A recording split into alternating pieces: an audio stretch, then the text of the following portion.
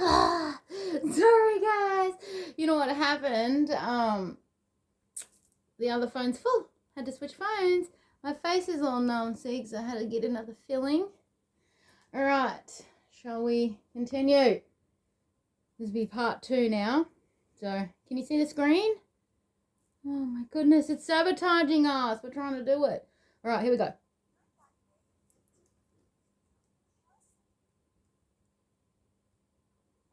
Involved in Amanda's death. Remember, this is like a week after Amanda died. Any foul play, any self-harm, anything in that nature was already ruled out. And Lima says, I know they did a toxicology report. I know that they did a toxicology report. Only thing she had in her system was Tylenol. All she had in her system was Tylenol. 2 months would go by, and Albert Monero Jr., who we've met from the last video and who you're going to meet in this video as well. Watch this. Which means you do not lie, you tell the truth. He would go to another podcast on YouTube a couple months later, and he would say, We just found her, and they did a toxicology test, and she didn't have anything but like Tylenol in her system. So Yeah, no.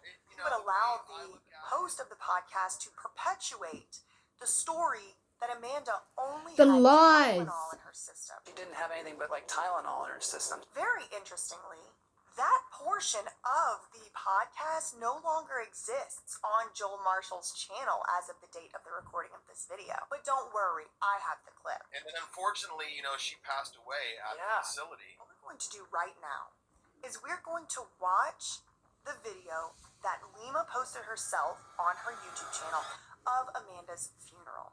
Let's get into it. Oh my gosh, guys, watch this. So the first thing we have Heartbreaking. is a couple paragraphs. Amanda's short-lived life was a loss felt by millions who watched her struggle and incredible recovery. Because of those who sent prayers, cards, gifts, and donations to help her heal, she transformed her life. Well, and I guess now her death, because she's dead. I felt compelled, this is Lima speaking, to make this video to hold on to the positive memories she left behind. In an effort to protect the family's privacy, I did not share their personal goodbyes.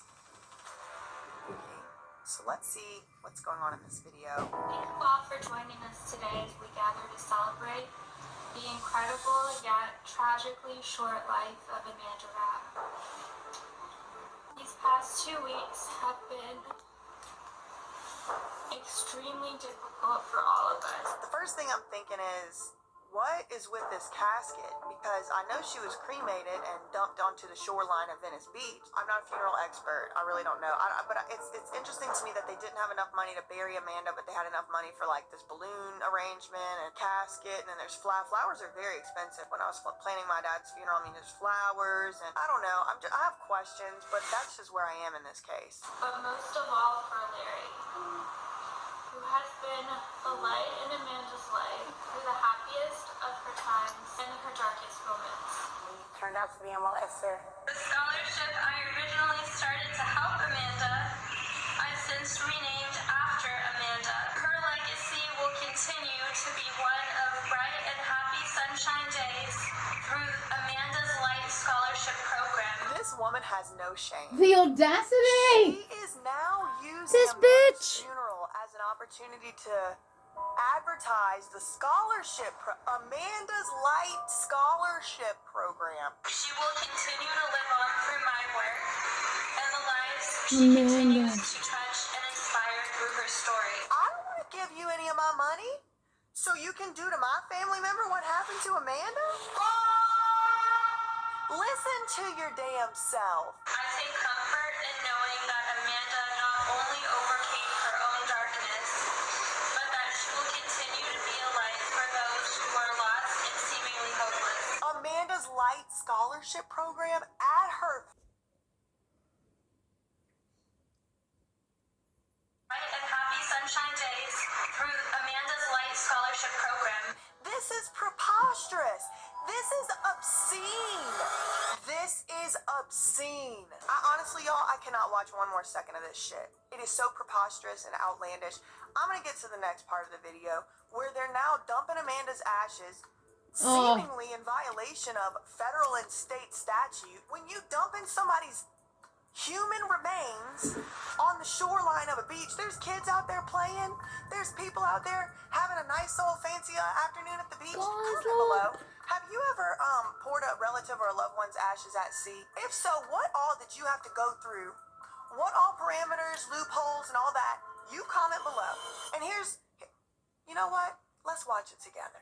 Well, Amanda Bear, here we are, back at Venice Beach. We went so often just to get a burger and fries, just to walk around. And no, I'm not getting in the water again. Okay, Larry said, no, I'm not getting in the water again today. But this was one of our favorite spots because she loved it here and I loved it here. And every time we would come, there would be a toss-up. What are we going to eat today? So I always let her make the choice.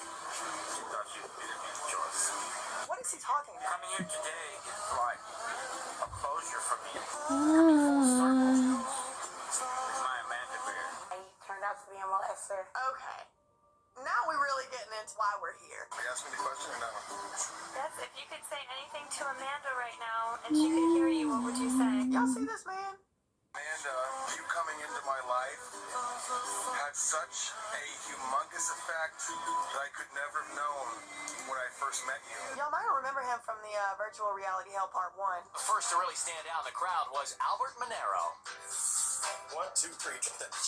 So I can sing, I can dance, I can act, and personality. Yeah, you know, it's like there's 4. You ever heard of a quadruple threat before? He had appeared in a video with the Toxicology twins.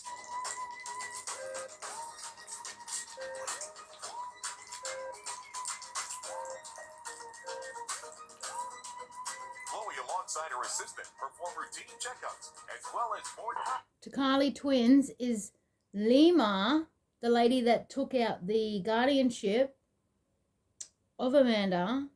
That's her identical twin sisters who suffer from dissociated disorder. Correct me if I'm wrong.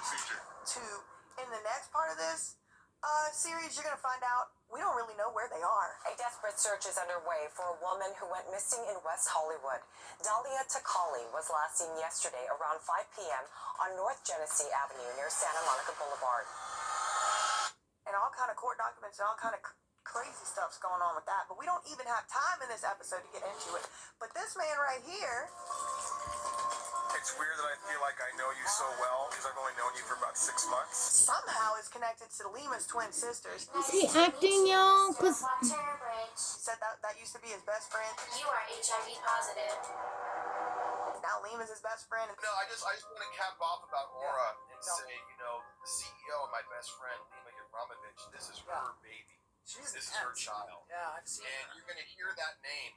You know, you're going to hear that name in the future, I promise you, because I've never met anybody who's so intelligent and so caring. In this video, he says Larry Rabb's his best friend. I feel like Larry's the best friend I've had forever. The man got all kind of best friends. I only got like 1 to 2 best friends at any given time, but I'm not him. His name gonna flash across the screen as Albert Monero, Aura Program Director. Well, I invite you to go look him up.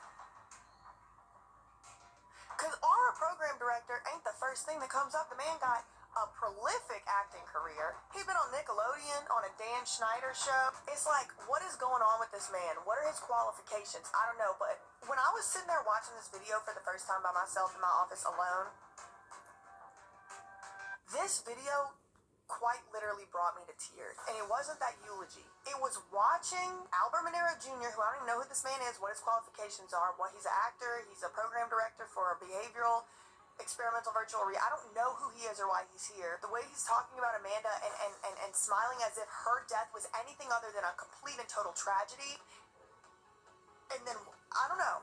Y'all, seriously, go watch the video yourself. Tell me your feelings. But when I watched it for the first time, it brought me to tears, and not in a good way. Something's going on here. Okay, the question was, if you could say anything to Amanda right now, what would it be? I feel like every time I hang out with your father, I get to see you. I love your dad. If I'm being totally honest, I feel like you brought Larry into my life. I feel like Larry's the best friend I've had forever. So you did that for me, Amanda, and I need it, and he needed it. I love your dad, and to be totally honest, I feel like you brought him into my life. That's your eulogy? what?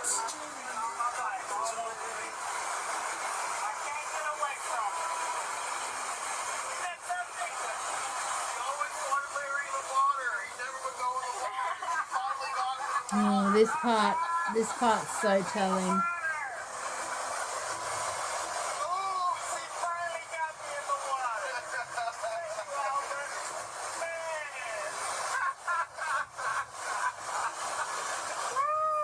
I'm like gonna cry. It's I so fucked know, up. I know, These it got people are me. living in the upside down, and I refuse to live there with them. I love you. I know your dad loves you more than anything. Turned out to be a molester. The shit is fucked. In that video I mentioned earlier where, Lima says there was only Tylenol in Amanda's system, she mentions that they still, are waiting for more information or something like that. Months go by, and now it's December 2021. This is just last year. I mean, not even a year ago. Lima comes back on Mark Laita's channel. All right, Lima. Welcome back again.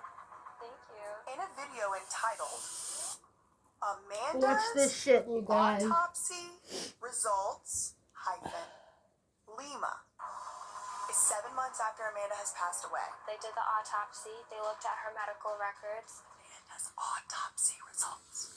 So I'm just going to read it word for word of what we got. Oh, she's just gonna read it word for word. The cause of death was marked as a seizure disorder.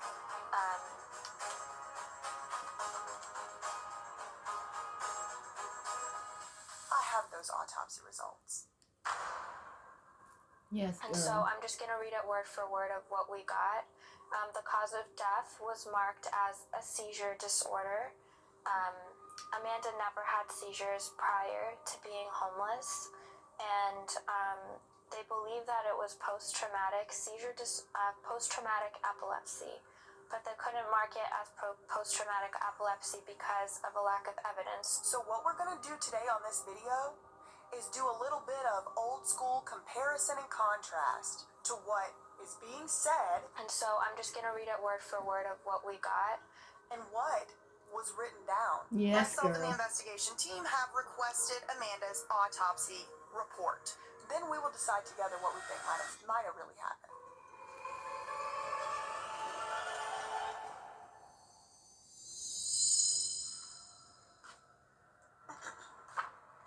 So in that video, the first thing out of anyone's mouth, Mark Laita from behind the camera says, "So Lima, you're back."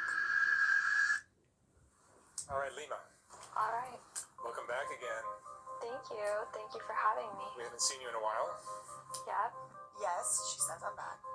Then he says, So we have the autopsy results for Amanda. Lima says, "Yes, we do." Yes, we do.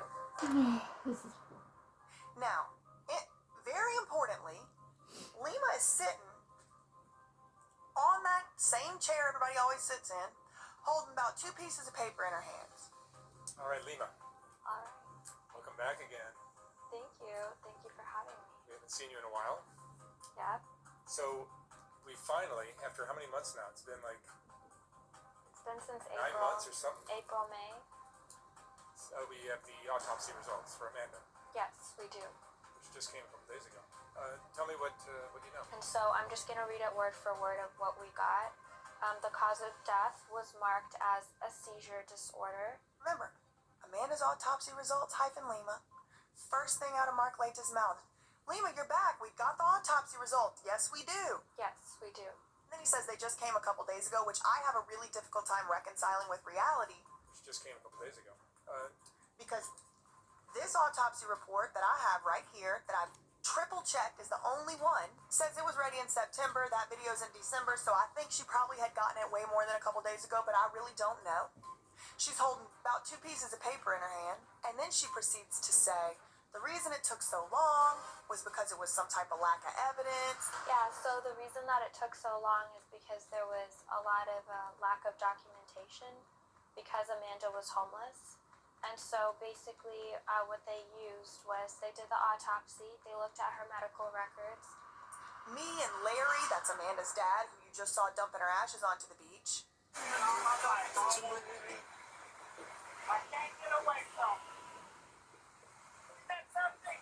can't get away. Daddy turned out to be a molester. Me and Amanda's dad actually even sent in evidence. They sent in evidence. Have y'all ever heard of that? And then Larry and I also sent in your videos to kind of show her condition from the drug use and the beatings that she took. And we also had some photographs. Now, if y'all don't know this already, if you follow my other channels, you do. Trigger alert warning. I lost my father from a drug addiction. My dad died in 2017 overdosing on drugs. We didn't find that out immediately. The first thing they told us was he had a heart attack. About 3 months went by, they got a toxicology report, and then they told us the heart attack was caused by drugs. It sent him into a cardiac arrest or something like that. So there was not 3 toxicology reports for that to be done. There was 1. And I promise y'all, did not one person send in evidence to the coroner to get a result. Okay? Nobody sent nothing in. We were crying, grieving, trying to go about our lives, trying to recover. We got that news. Of course, that was really difficult for us to deal with. But at no time were we in a communication with the coroner, with the autopsy people. At no time. And we did not get 3 toxicology reports done like we're done here. So I don't really know what was going on during that time, but I believe that the public has a right to know what was going on. Damn straight. I should know who was sending emails back and forth. What was really going on that resulted in this taking so long? Because Lima told us on Soft White Underbelly it was a lack of evidence. Lack But of they evidence? couldn't mark it as post-traumatic epilepsy because of a lack of evidence. So she and Larry sent in videos Sent to in, Mark Late's mind channel. you. Larry and I also sent in your videos to kind of show her condition from the drug use. Why would someone do that? If the traumatic brain injury and the assaults were well documented, they would have most likely marked it as a homicide. To cover them So, their own ass. That's why. that was a major wake-up call for all of For us. her. She fucked up. So, y'all remember that whole thing about the only has Tylenol in her system? This bit Not you only got. Lima said it. All she had in her system was Tylenol. Based on the time of this video we're talking about, 7 months before the autopsy results video, Lima said only Tylenol in Amanda's system. And so I think I know that they did a toxicology report. Joel Marshall said the same thing to his followers, and Albert Monero did not correct him. And then unfortunately, she passed away at the facility. Yeah. She had so many physical issues prior that, it kind of caught up to her, They unfortunately. just found her, and they did a toxicology test, and she didn't have anything but like Tylenol in her system. So Yeah, no, the way I look at it, and her father, Turned out to be a molester. who I'm very close with now, looks at it, is that she was ready to go to God, and she had done what she needed to do here. She wasn't even 25. Case study. Come on, guys. Are people using this out in the field yet? We are doing case studies only right now. Now, this is public information. You can call and request this yourself. Anyone can get that. I'm not special. Anyone can get this because the public is supposed to have access to this information. Amanda was last seen alive at the treatment center on May 8th, 2021 at about 11:55 p.m. and administered her nightly medications, which were hydralazine, that don't sound like Tylenol, All she had in her system was Tylenol. losartan, gabapentin, clonidine, that don't sound like Tylenol, and risperidone, which also don't sound like Tylenol. All she had in her system was Tylenol. So 1, 2, 3, 4, 5 additional medications in Amanda's system other than Tylenol. All she had in her system was Tylenol. Hello, y'all hearing this? All she had in her system was Tylenol. It can't be reconciled. Tylenol. She never corrected herself. We're sitting here on August, whatever it is, 2022, never corrected herself. Just wait, there's way more. Now, I do want to point out, one of the things Lima, Albert, they all perpetuate is that the reason Amanda died was because all this time she spent on the streets. The time that Amanda spent on the street is the reason that she passed away. But Amanda was just homeless too long. Sorry. But, so people shouldn't be allowed to be homeless, and that, in Amanda's case, the fact that she was allowed to use drugs for so long, and that she was abused, and that a lot of it wasn't reported or documented. Her first interview with Mark Late said she had been living on the streets for years. No, I didn't have a mom growing up. Addicted to crack for years. So Yeah. And how long have you been down here? A couple years. She told us that. I am, of course, not condoning that. The issue is it's not my position to condone someone else's life. Amanda was entitled as an adult to make her own life decisions. They said all the time she got beat on the street, The beatings that she took, it's an RAPED and all that. the amount of traumatic brain injury that she endured, That was so traumatic to her. This is what Lima said. Insert clip. It was so traumatic to her that that's what caused her death. the time that Amanda spent on the street is the reason that she passed away. So the amount of time, the amount of traumatic brain injury that she endured, we were working on repairing her jaw because she was brutally beaten and raped so severely on multiple occasions, and 3 that Larry shared with me, but there was many more that we don't even know about. He turned out to be a molester. Well, page 2 says it. First bullet point. No obvious trauma. The time that Amanda spent on the street is the reason that she passed away. So the amount of time, Where's the trauma that killed her, according to Lima and Albert? the amount of traumatic brain injury that she endured. Let's get to the cause of death. You know what she said? Nobody made her say it. Nobody asked her to say it. She voluntarily said it.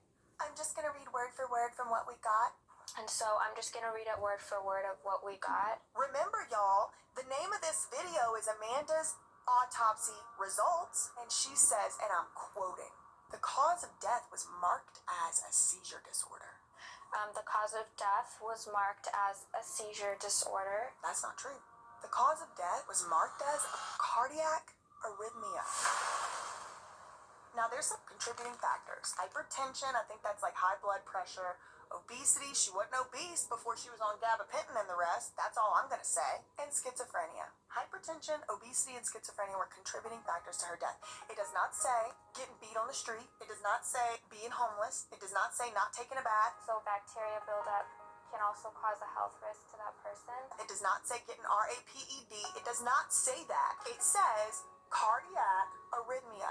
Now, of course, when I see Lima say the cause of death was marked as a seizure disorder, The cause of death was marked as a seizure disorder. I'm just wondering why that's not what the autopsy results say. And in fact, I flipped through every page. Y'all know I did. Now, some of it's redacted, but not one single place in this whole report does it say Not one. epilepsy. Does it say seizure disorder? It doesn't even say she had one seizure. Why is Lima in a video called Autopsy Results, holding papers in her hand confirming she has the autopsy results 7 months after Amanda died, 3 months after this was available, saying that Amanda's cause of death was a seizure disorder? That's not true. Why was Lima saying that? Why, when I started calling those statements lies, did she sue me instead of just correcting the record? Hey guys, oops, sorry. I was reading from some notes. I was misunderstood. Oops. Let me correct the record publicly. No. She sued me, and before suing me, demanded that I retract the statement that was a lie. Well, you tell me. Comment below. If that's not a lie, what is? Should I have retracted that? Lima Yevremovich, the guardian, the person who took legal responsibility for Amanda's treatment and care, the person who collected thousands of dollars in GoFundMe donations from Mark Late's viewers, promising them in exchange for updates on Amanda's story. Isn't it irresponsible of her not to have read word for word? Isn't it irresponsible of her to not have corrected that Tylenol mistruth? The cause of death was marked as What's really going on? a seizure disorder. They got me living in the upside down. I can't even call it a lie. So in the time since I made these discoveries and started making videos about them, Lima has come out on Instagram and made a post with literally a nasty patty from the Krusty Krab or wherever they were making them at the Plankton, the Chum Bucket, whatever. And referring to my investigation into these incidents as online drama. And I think that it is very interesting to refer to a legitimate investigation That's being rude. done on a public level and showing people how to use publicly available documents to find inconsistencies in the statements of people who are trying to get thousands of dollars from the public as drama It's not drama. It is a very, very serious matter. Not only with the Amanda Rabb story, but with what went on with Bam and continues to go on with him. Well, who's not He wasn't allowed to use his phone. He said he wasn't allowed to call people he wanted to call. A podcast just aired yesterday with Steve-O and Bam confirmed a lot of this stuff. Because Novak said, dude, if you just do a year, you'll understand how much better you will feel. Because you always go 30 to 60 days, maybe 90 tops.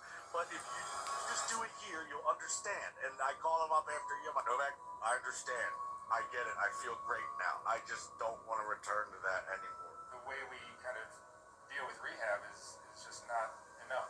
It's not long enough. Absolutely. The problem with these rehabs, they're kicking people out only 30 days. Okay, and I think that is very good. I'm willing to do whatever it takes. It's really weird how sort of like preachy Steve-O is in this interview, like condescending and sort of been there, done that. He knows better than you, and it's like he said he doesn't even know what's going on social media. Steve-O said, Bam, can you at least say the things that have been said online aren't true? Broke on that. Okay, Bride of Chucky, like what are you talking about? That's for your soul. I've seen a lot of activity on social media with the hashtag freebam. And people seem to think that you're the Britney Spears of Jackass, that evil villains have taken over your life and stolen all your money, and like, can we safely say that none of that is true? Bam said, well, not really. I can't tell you what was going on social media because I wasn't allowed to have my phone. I don't know what's been going on because I haven't been able to look. As a matter of fact, I can't even post on my Instagram.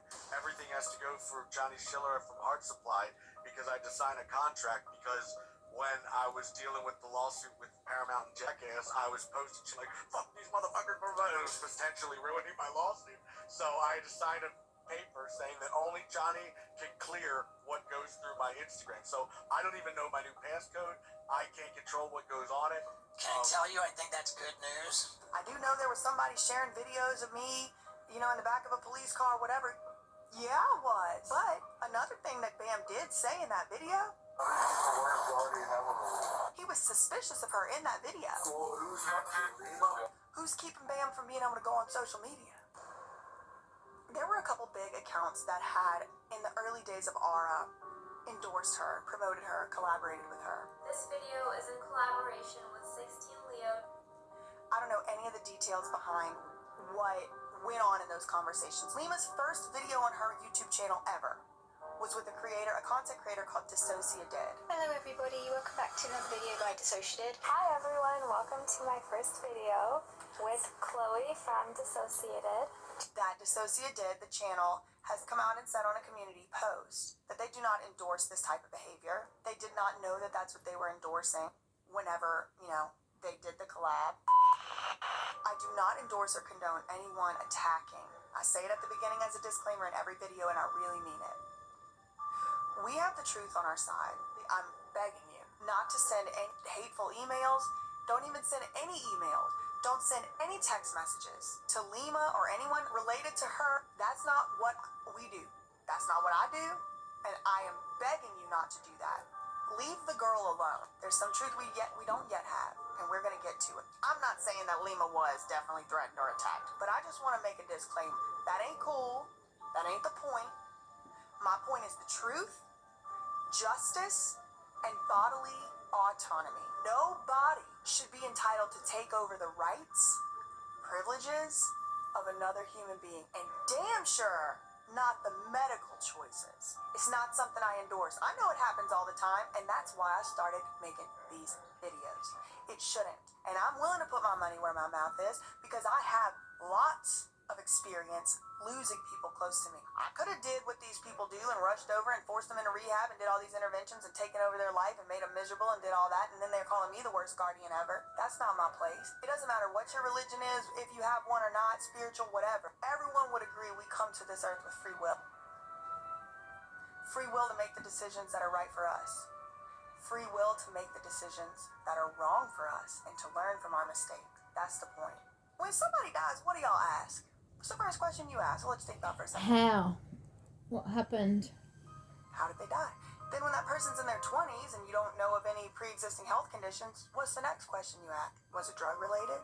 Did they do a toxicology report? The two most important questions, the two primary questions when somebody dies. Lima did not tell the truth. That's why I'm telling this story.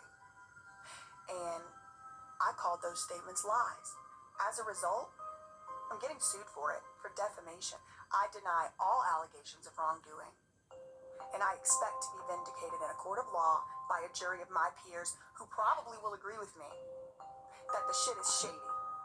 You shouldn't have lied. Y'all know I do not like to ask for stuff. I don't. It's very difficult for me to do so. But unless I want to spend, like I said, every waking hour fighting this case, which I'm prepared to do, I'm trained to do, I'm able to do, that's not something that I really feel like I can do in a sustainable way. I'm really going to need help. So, if you agree that something's going on here that's a little outside of the ordinary, and you would like to... So, that's why I needed everybody to see that, because if you haven't already seen it, you have now. And if you're not shocked, then you must have already seen it, because I was shocked. I got goosebumps, I cried the first time I saw it, and I've seen it a few times now, obviously. So if you've made it this far, you're a bloody legend. And if you didn't, well, you missed out, didn't you? Alright, love you guys. Remember, this is part 2, so part 2 of part 2 and part 2 of part 2. So catch you later. Stay fresh, stay blessed. This is